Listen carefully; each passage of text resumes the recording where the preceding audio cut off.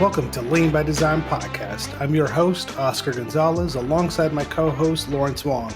We are former MBA classmates turned business partners with over 25 years of combined experience in life sciences. From R&D through manufacturing, our experiences have shed light into the complex, ever-changing challenges experienced by this industry and many others. We took a risk, quit our six-figure paying jobs in Boston, biotech, and pharma to start Sigma Lab Consulting. Journey with us as we explore the relationship between people and workflow design. The goal? To learn, inspire, and deliver practical tips to navigate these ever-changing challenges. Stick with us and learn to work smarter, not harder, and be lean by design.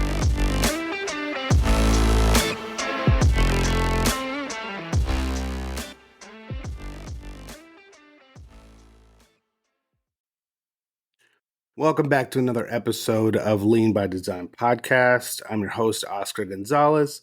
Again, writing solo on this one. We're trying to do something a little different, bring you some short form content that really just highlights insights and learnings from some of the projects and some of the clients that we've had the opportunity to work with.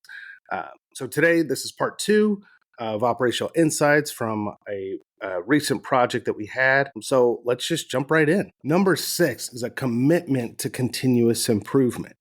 So it's important to emphasize that there needs to be this level of commitment to continuous improvement where every stride forward is measured and assessed and then refined for perpetual advancement. This is going to be crucial for maintaining that relationship.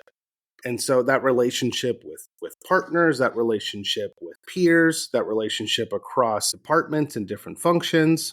So as you're growing your organization and you bring on consultants such as Sigma Lab Consulting or someone else who's really going to be driving a lot of those efforts, it's really key to rally the troops around that central idea that we want to make the workplace better. We want to make our inputs mean something.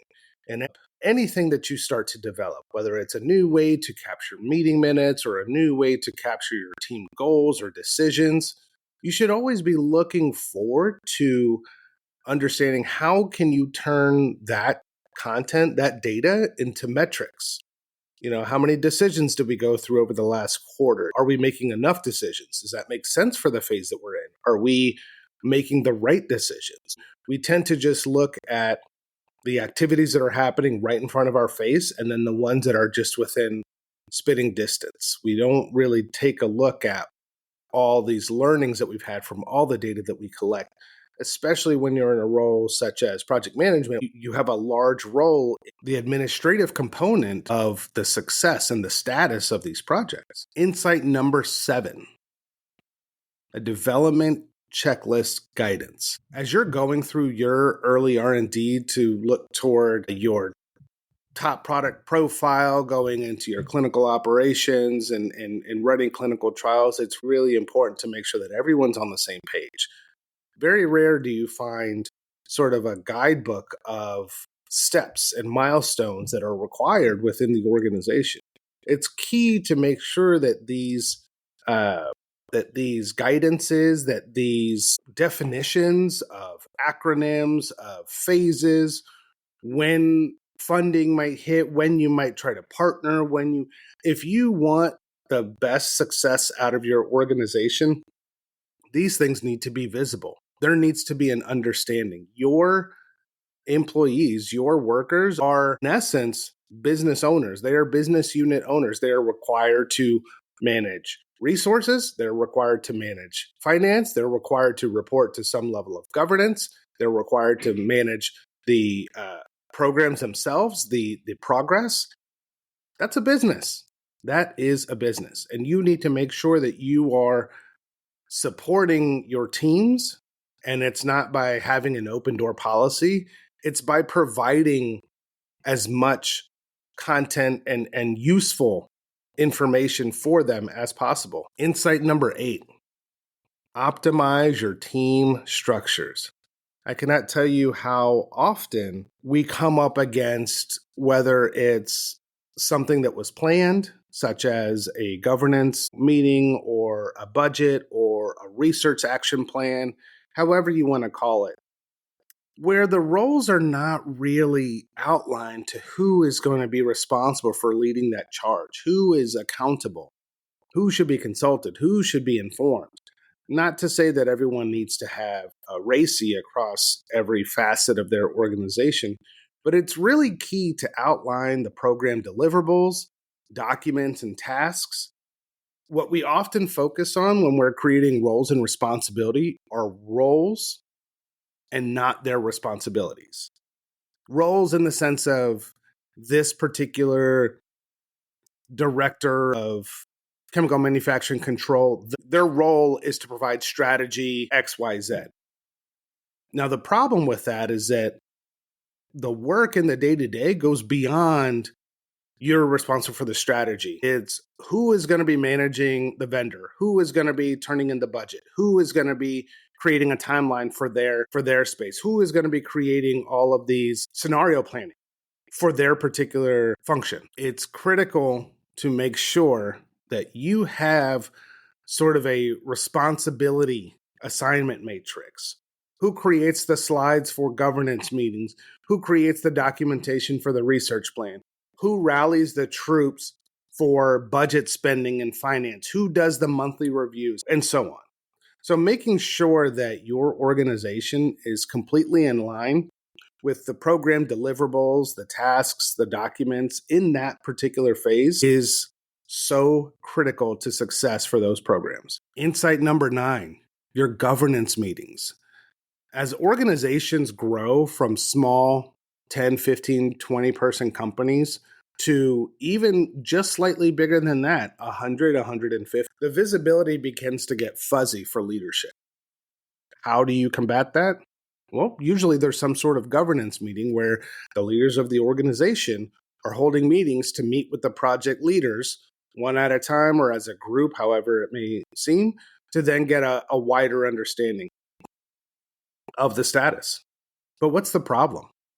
Usually leaders are up against deadlines, trying to understand fully what's going on in a project, yet might be reluctant to looking through reports or looking at dashboards or one pagers that are developed by a particular function, and instead resort to going into a meeting and attempting to have a full-blown portfolio conversation in 2 hours, once a quarter, once a month, whatever the cadence is.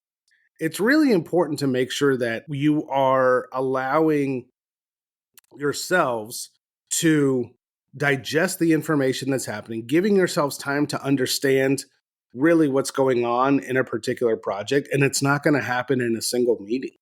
We have to leverage the technology we have to give us content and insights so that when we have those governance meetings, we're asking questions related to the strategy. What does this mean for our strategy? Does this mean we have to change our direction? Does this mean we have to change our administration profile? What is really biting at this project rather than giving updates? Everything's good, but why do the projects always feel so crazy when all the numbers seem to be fine? So it's super key to make sure that these governance meetings are also aligned on record-keeping formats. If you do not have somebody that is skilled at maintaining minutes, decisions, actions, you need to make that adjustment because your organization is reliant, based on your governance structure, that you have decisional governing bodies, and they are expecting to receive feedback and decisions and adding real value to the organization. So our last insight really puts a lens on financial and budget management. Finance and budget management in the R&D space especially is a very complex beast. Typically you have some number of scientists that are involved in pushing the projects to new boundaries in the science, in the chemistry, and in whatever facet of life sciences you're working in. But we also expect them to be good with budgets, good with finance, good with contracts, good with managing vendors. But we don't ever really provide any comprehensive training. I once had a conversation with a PI that I used to work alongside when I was at my time at Boston University. And I asked him about finance and about budgeting. He returned a comment that surprised me, where he said, my role as a PI for PhD students is not to show financial literacy. It's to help them think like a scientist. But where do we end up? Well, our scientists are the ones that typically will come into roles of management, of leadership, of you name it. They move up. But we never actually give full-blown trainings to how you manage your consultants, how you manage your contracts as a scientist, how you manage your purchase orders, your scope of works, SOWs, your financial budgets. It is critical that we provide this level of training and understanding, especially to the groups that we expect to perform the tasks that we're asking of them to manage the overall budget of the organization. The common phrase you hear is garbage in and garbage out. Well, if you never actually establish financial literacy as a scientist, does that make you a bad scientist? No, it makes you a bad financial planner. The problem is when we get into small organizations and you need to wear many hats, you are also responsible for the financial planning of a project and of the experiments therein. So as organizations, it's super critical for us to introduce comprehensive training programs, create customized reporting to ensure there's accurate tracking, reporting, and financial planning. Otherwise, you can just chalk up your budget planning to an educated guess. Thanks for listening into the insights, and we hope to bring some more of this short form content to you guys in the coming weeks. Take a look out. We have a lot of things coming down the pipeline. We're going to put these in the show notes. We have some assessments that we have developed for R&D, clinical operations, facility readiness, and maintenance efficiency. So how efficient is your R&D organization? How efficient is your clinical operations? Are you ready to launch your facility to now begin producing products? Is your maintenance plan as efficient as possible? Try one of these 4 assessments now and get a free report customized to your needs. Schedule a meeting with us and we'll bring you an even more detailed report so that you can find out ways to start bringing efficiency and operational excellence into your organization. Until next time, take care. Thanks for listening. Don't forget to leave us a review, like, and share on Spotify, Apple, and Google Podcasts, or wherever you get your podcasts.